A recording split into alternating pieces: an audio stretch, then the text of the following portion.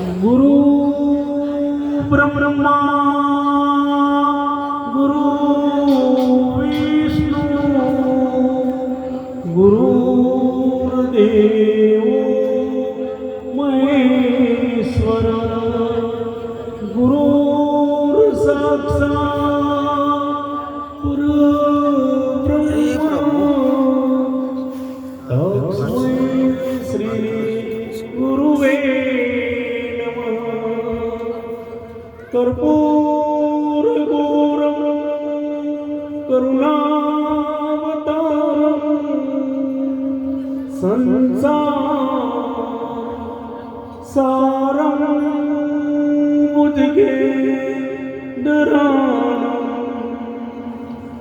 सदा वसंतम हृदयारविंदम भवम भवामि सहितं नमामि भवम भवामि सहितं नमामि सद्गुरुदेव गुरुदेवी मात की जय। अलख अवतारी रामदेव जी महाराजनी जय। पार्वती पदे हर हर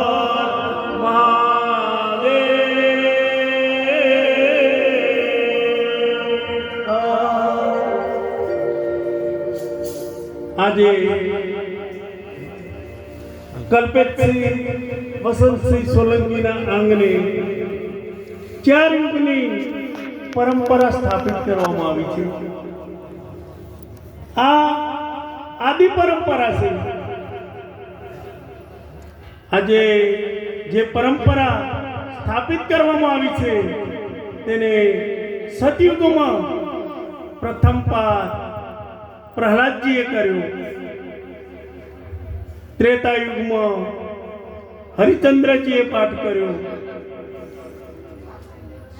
દ્વાપરમાં યુધિષ્ઠિરજીએ પાઠ કર્યો અને કલિયુગમાં બલિરાજાએ પાઠ કર્યો।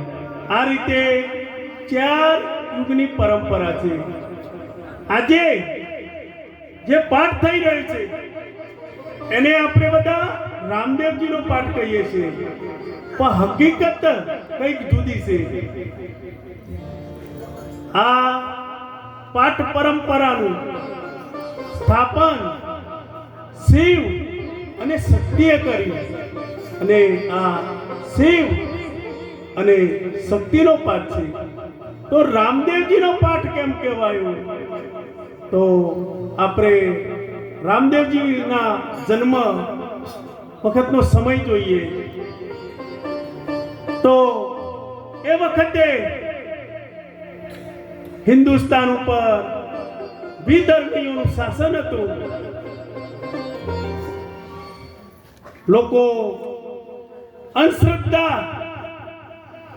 અને ભુવા બડાડા પાછળ પડ્યા હતા, તંત્ર મંત્ર પાછળ પડ્યા હતા। ચારે બાજુ જે આપણું સનાતન એ ભૂલાતો જતો હતો અને આ જ્યારે ધર્મ ભૂલાઈ રહ્યો હતો ત્યારે અજમલજીનું હૃદય કકરાઈ ઉઠ્યું કે હે પ્રભુ, મારા ઘરે એવા પુત્રને તું જન્મ આપ કે સનાતનને ફરીથી સ્થાપિત કરે।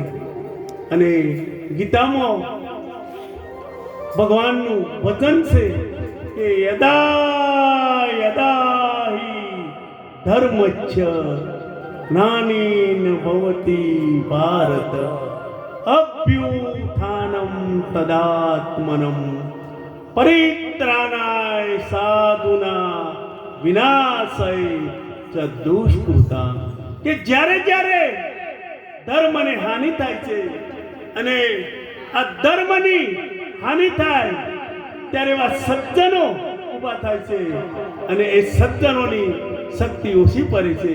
ત્યારે હું દુષ્ટોના નાશ માટે આવું છું. અને અજમલજીની અરજી દ્વારકાધીશે સાંભળી અને દ્વારકાધીશ મરુભૂમિમાં રામદેવજી રૂપે પ્રગટ થયા. અને રામદેવજી પ્રગટ થયા પછી જે આપણો સનાતન ધર્મ ભૂલાતો હતો, આ ભૂલાતા સનાતનને જે લોકો અંધશ્રદ્ધામાં ભરાયા હતા, તંત્ર મંત્રમાં ભરાયા હતા, ભુવા ભરાડા પાછળ ભરાયા હતા, આવા લોકોને રામદેવજીએ ગામે ગામ જઈ અને જાગૃત કરવાનું કામ કર્યું છે. અને જે આપણી પાઠ પરંપરા ભૂલાઈ ગઈ હતી એ પાઠ પરંપરાને ફરી સ્થાપિત કરે. અને એના કારણે પાછળથી આપણે બધા રામદેવજીનો પાઠ કહેવા વર્ગ્યા. હવે પાઠના પણ બે પ્રકાર છે, સ્થૂળ અને સૂક્ષ્મ. તો આજે જે પાઠ સ્થાપિત કરવામાં આવે છે એના ઉપર જ્યોત પ્રગટાવવામાં આવી છે. આ સૂક્ષ્મ પાઠ, સ્થૂળ પાઠ અને સૂક્ષ્મ અર્થ જોઈએ તો આ શરીર એ પણ એક પાઠ છે. અને જ્યારે આપણે સ્વધર્મનું બરાબર પાલન કરતા હોય, હવે ધર્મ એટલે શું કે ધર્મની શરૂઆત સ્વધર્મ, નિજ ધર્મ, મારા ફરજોનું પાલનથી થાય. એટલે પ્રથમ ધર્મનું પગથિયું સ્વધર્મનું પાલન. તો આ સ્વધર્મ શું છે? તો મા બાપ હોય તો તેમના સંતાનોને સારી રીતે ઉછેરવા, શિક્ષણ આપવું, પાલન પોષણ કરવું, આ મા બાપનો ધર્મ છે. એવી જ રીતે પુત્રએ મા બાપની આજ્ઞાનું પાલન કરવું, સેવા કરવી, આ પુત્રનો ધર્મ છે. આ જ રીતે લગ્ન કર્યા પછી પતિ પત્નીનો ધર્મ છે. અને જેમ જેમ વ્યક્તિનું કદ વધતું જાય એ રીતે એનો ધર્મ વિસ્તૃત બનતો જાય છે, એક સામાજિક ધર્મ બને છે. અને જ્યારે આ ધર્મનું આપણે બરાબર પાલન કરીએ તો ભીતરથી હૃદય સ્વચ્છ બને છે. અને જ્યારે ભીતરથી હૃદય સ્વચ્છ બને છે ત્યારે અંદર સત નો અવાજ સંભળાય છે. અને જેમ જેમ જેમ જેમ જેમ આપણે હૃદયથી પવિત્ર બનતા જઈએ તેમ તેમ એક ભીતર જ્યોત ચાલુ થાય છે. અને ધીરે ધીરે ધીરે ધીરે જીવ અને શિવ નજીક આવે છે.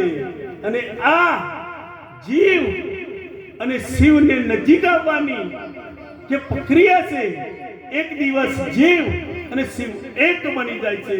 આ વાતને મહાધર્મ કહેવામાં આવે છે, નિજ ધર્મ કહેવામાં આવે છે. તો આ રીતે પાઠનો સૂક્ષ્મ કે મારે મારી ભીતર, મારી અંદર જ્યોત પ્રગટાવવાની છે.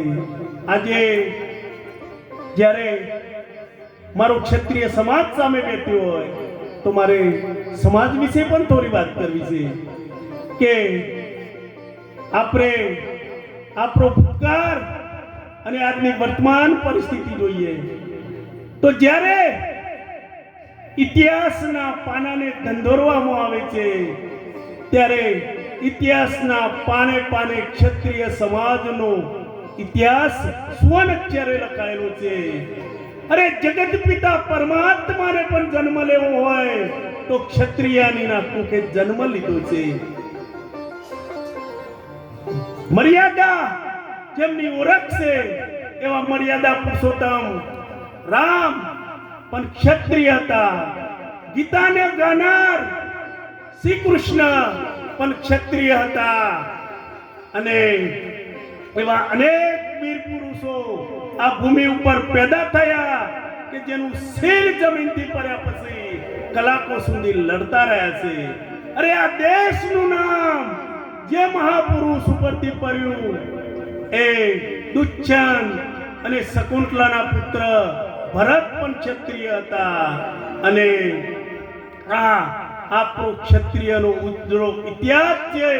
અને જ્યારે આજની વર્તમાન પરિસ્થિતિ જોઉં છું, મારા સમાજની દિનહીન અને લાચારી જોઉં છું, ત્યારે હૃદય વ્યથિત બને છે. સમાજની આ પરિસ્થિતિ માટે જવાબદાર કોણ? તો જ્યારે ઊંડું ચિંતન કરવામાં આવે ત્યારે એના માટે જવાબદાર પણ આપણે પોતે જ છીએ. ખોટા આડંબરો અને કુરિવાજોમાં આપણે શિક્ષણથી દૂર રહ્યા. હવે કોઈ પણ સમાજનો વિકાસ કરવો હોય તો એના પાયામાં તાતી જરૂરિયાત શિક્ષણની છે. અને આ જ શિક્ષણથી આપણે દૂર રહ્યા. આપણે શું કર્યું? પ્રસંગોમાં ખોટા ખોટા ખર્ચા કરતા ગયા.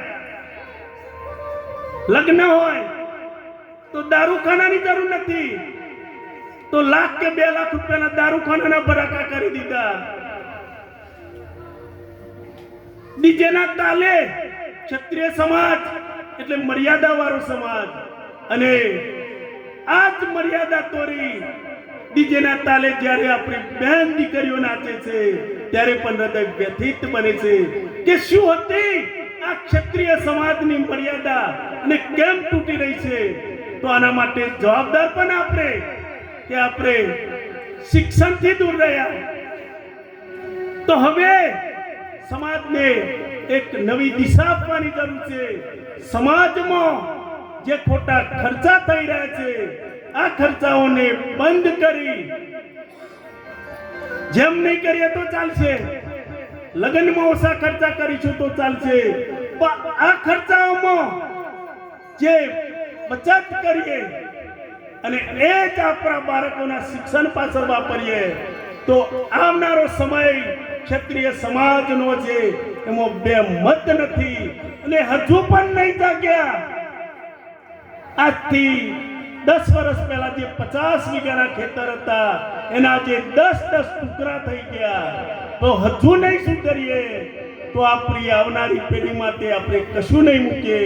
માટે હું હાથ જોડીને પ્રાર્થના કરું છું કે વ્યસન અને ફેશનથી દૂર રહો, અને જે આપણે સામાજિક કુરિવાજો પાછળ ખોટા ખર્ચા કરીએ છીએ એ ખર્ચા ઓછા કરીએ અને આપણા બાળકોને સારામાં સારું શિક્ષણ મળે એ માટે પ્રયત્ન કરીશું. તો આવનાર સમય ક્ષત્રિય સમાજનો છે એમાં બે મત નથી. જય અલગધણી.